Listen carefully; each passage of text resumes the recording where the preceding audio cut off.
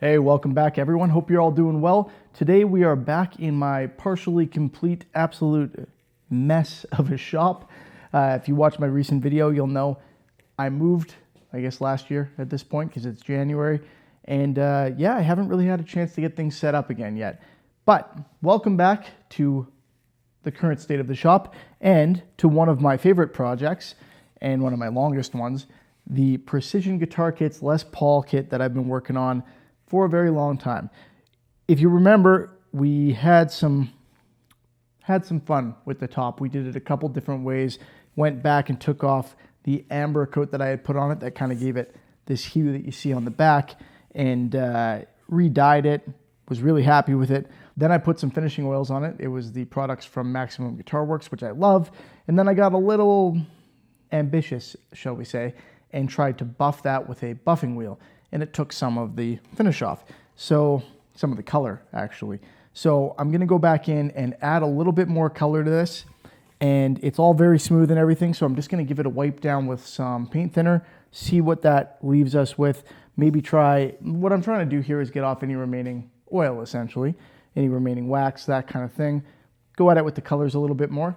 And then what we're gonna do, because I had a specific request for this, if I didn't, I would go back and use the Maximum Guitar Works system again, but I got a specific request to use Odie's oil, and you know the finish is similar, so I'll do that for the sake of this request because I'm happy with it anyway. And that's what we're about to do. That should finish off the finishing work on this guitar. Okay, so we'll have a wax-like finish on the front, the Odie's oil finish on the front rather, and then on the back we've got, this is all done with Mohawk products. We're using Mohawk dyes. We've got Mohawk amber lacquer and then clear lacquer on the back and on the neck.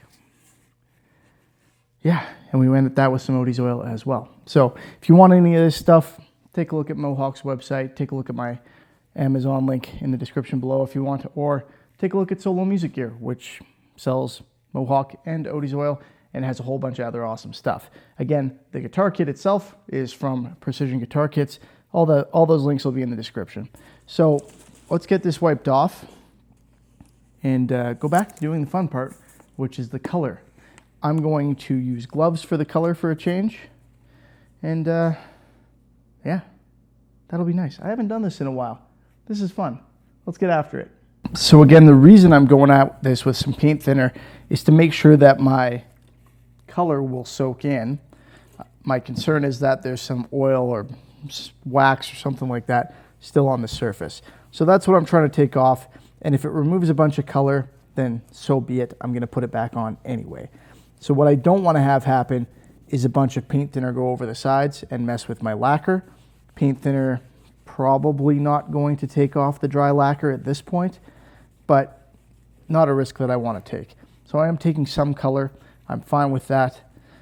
I just have to be cognizant of where I'm taking it and how evenly I'm taking it. And so what I want to do, if anything, if I'm taking off a bunch of color, is give this a bit of a burst effect. So as I go around and make sure I've gotten all the edges carefully, I'm going to go through and get the middle even more, so I can make sure if I'm taking off more in one area, it's in the middle. Pretty straightforward. Right now, from where I'm standing, and I'm going to look at it from a few different angles here, it looks like it's coming off fairly evenly, so I'm not too worried about that. But I'll just, yeah, give it a little extra wipe in the middle.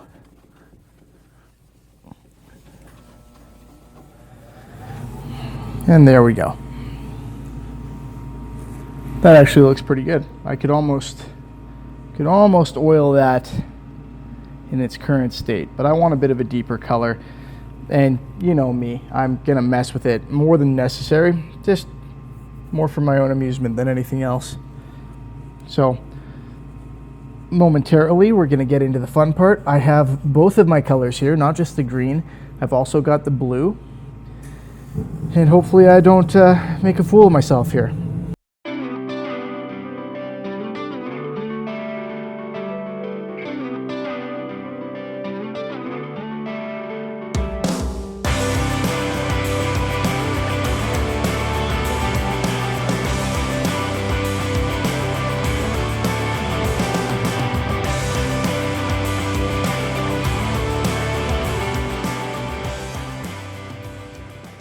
right, so we're getting started here with our dye. This thing's already got some green on it, so what I'm doing actually, I've got blue and green.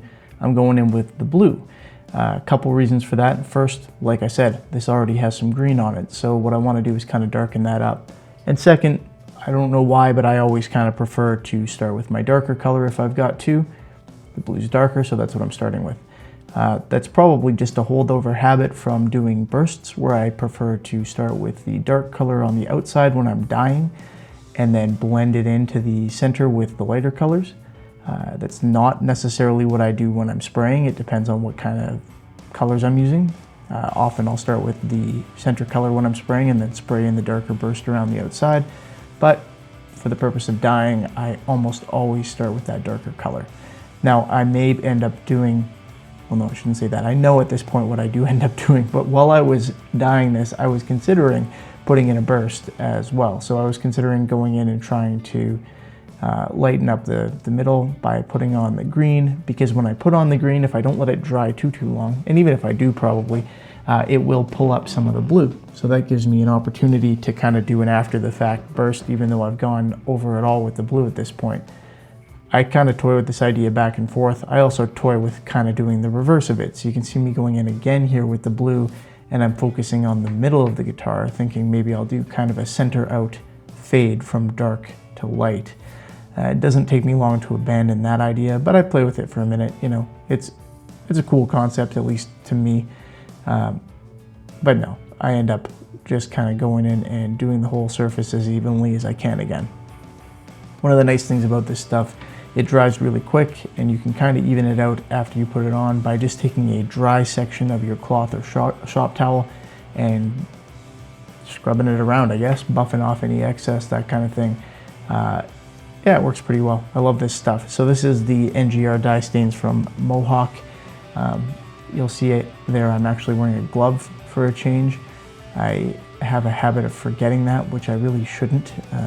This was it was probably 10:30 p.m. on a weeknight when I was doing this, and I had to work the next day, and I work in an office. It's not like I work in a shop. So if I show up with green hands, I get some funny looks, let's put it that way. So finally made the smart move and wore a glove, and I highly recommend that you do the same if you're using this stuff. Again, this dries really quickly. If you want something that dries a little slower, you might want to use a water-based dye. There are a lot of merits to water-based dyes. Again, they dry slower, so they can be easier to work with. They can also soak in further, which is a good thing sometimes and a bad thing other times. It all kind of comes down to preference and what you're putting over top of it. I'm putting an oil over top of this, so I prefer this stuff, but either way would work fine. You can put an oil over a water-based dye. If you let it dry long enough, generally shouldn't be a problem. Where you really run into trouble is if you're putting a water-based finish, wipe on, brush on, rub on, anything like that, over top of a water-based dye, you can end up with it coming out. So you have to be careful when you're trying to do something like that. So what I do here is I go in and do the blue a couple times, and now I've got the green, and my plan is to kind of start in the middle with this and create almost a burst effect, like I said. Now I don't end up going with that. You can mess around for a while with this stuff and always kind of end up back where you started if you want. So that's what I end up doing. I play around with this idea, take some off the center, some of the blue, while I apply the green, and you can see it gets a bit of a bursty effect there, which I don't mind, but I just decide that that's not quite what I want. And it also takes off just a little bit too much over by that pickup where I'm trying to kind of fix it up there. So I do end up going back in with the blue and getting back to kind of this tealish look that I've got going around the edges right now. And so I'm going to speed this up here so that you can see that without this video taking forever, and then we'll move on. Okay, so here we go, triple speed, and yeah, we play around with the green for a while and then just end up going back in with the blue, and I don't want to say repairing it, but putting it back to the way it was. So that's what I end up going with. We've got kind of the tealish color, not this, but what you're about to see with the blue added back in. And we're going to move on to our oil over top. And I'll explain in a moment here why we're doing that. But you don't have to wait all that long. I give this a few minutes to dry, and then I can kind of just go right back in with the oil. One of the very nice things about some of these solvent-based dyes and finishes is how quickly you can get them done if that's what you want. One more point I'll make here, because it came up when I was originally doing this. I got some suggestions that you should dye black and then sand back and then go over it with your color, which I've done many times, and some weren't so much suggestions as people insisting that that's the only way to do it, which is of course not the case. There's nothing wrong with doing it that way. It's a good way to accent the grain and give a nice popping effect, but it also reduces some of the other effect that you have there called chatoyance. So like most things, it really comes down to personal preference. All right, we are back. For me, it has been one day. For you guys, it hasn't, so I'll try not to repeat myself. So we've got the dye job done. I've let it dry for a day, even though this stuff dries real quick. Yeah, I probably could have gone to waxing it within an hour or two, but I did it pretty late last night. So we've waited one day. I think that this looks awesome. Like, I'm very, very happy with this. Not everybody will agree with me. I'm sure somebody will have comments on the color or whatever, and that's fine, you know, to each their own. You can use more green if you want. You can stick with just the blue. I did a combination of the two. Luckily, this guitar is for me. So what really matters is, do I like it? And I do. So today we're gonna move on to the oil finish. I'm looking for kind of a light sheen, you know, like a satiny type of look. Not a full gloss on this one. I did have that at one point and I took it off. I also don't want a really, really matte finish. I'm looking for somewhere in between. So the oil is gonna do that. As I mentioned before, Maximum Guitar Works has an awesome oil system. Check them out if you're interested. I am using the Odie's oil for this one and just the standard Odie's oil for this particular project. This stuff is available in a number of places. It's very popular. It's also rather expensive, but it goes an extremely long way. If you haven't seen my video on it, I did a full video on Odie's oil. But this one's available through the Solo Music Gear link in the description. If you're interested, that is an affiliate link. If you get it through there, it helps me out. So let's go ahead and apply this. It's been a while since I've used this jar. Can I open it? Okay, we got a little cut in the video there because that was on there so tight. I ended up having to use gloves, firm grip gloves, to get it off. That's mostly because of temperature fluctuations, although there might be a little bit of dried stuff around here. So I guess clean the edges when you're using this stuff. All right, let's go ahead and apply this, as I said. So what I need, ideally, something like this, little non-abrasive pad. We don't want to take off a whole bunch of our dye when we're applying this. Might get a little bit of it coming off, but the idea is not much. We're going to apply it with the abrasive, just a very, very little, well, it's actually a non-abrasive pad, it's just a white one, but we're going to apply just a very small amount, and then we're going to wait about 45 minutes and buff it off with a rough cloth, and I'm probably going to do that 3 times. Don't know that I'll show you all 3 because they're all going to look pretty much the same, but I'll probably do that 3 times and then show you what it looks like. So let's put a little bit of Odie's oil on here and let's get to it.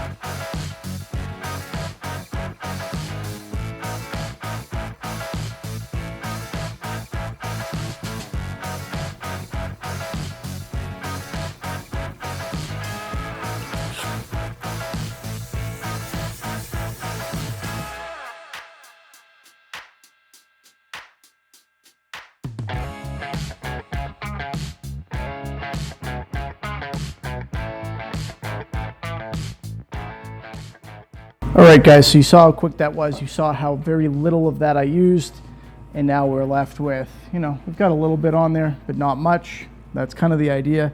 Thin coat, been rubbed in well, and again, we're gonna let that dry for 45 minutes, and then just buff it off with the cloth, and do it again. So, see you in about 45 minutes. All right, guys, so it's been a good 45 minutes now. This still has its sheen from before. It's time to buff this back with the cloth and put the next coat on.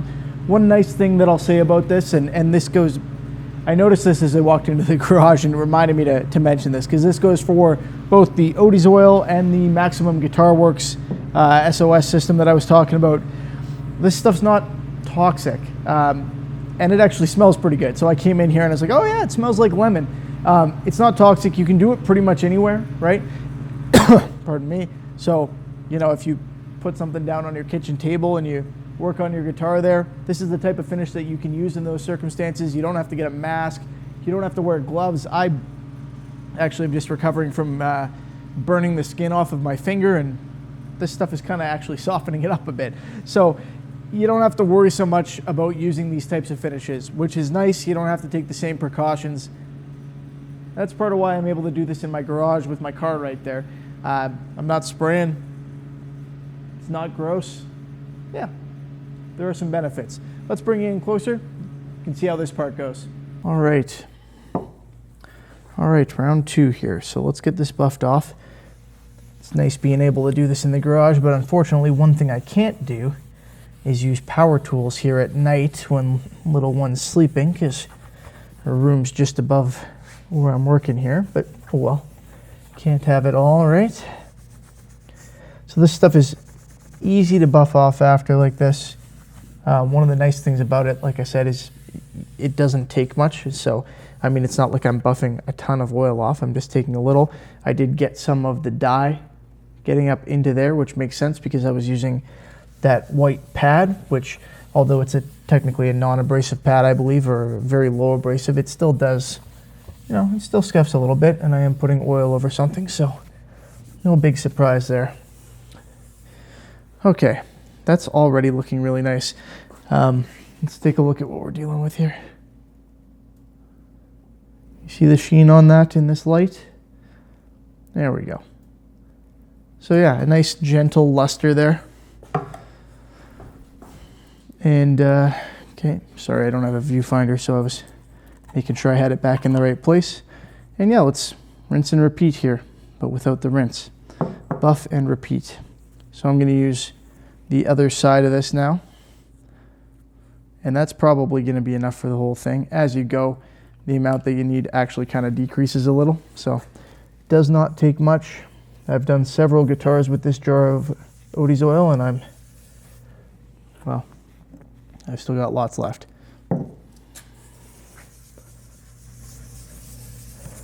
So again, working it in there, not going too crazy with this, not pushing too hard. This isn't a sanding process, right? There are finishes that you can apply with sandpaper. Oil is one of them to smooth out, but when you've got a dye on there already, that's probably not your best bet, and that's not what I'm trying to do here. Just kind of burnishing that oil in there. That's the real goal here. So as you all know now, this is my second coat of this, and depending on how this looks, I may leave it at this, or I may come back with a third. We'll see. But either way, you've seen this twice now, so I'll just tell you, I probably won't video myself doing this a third time.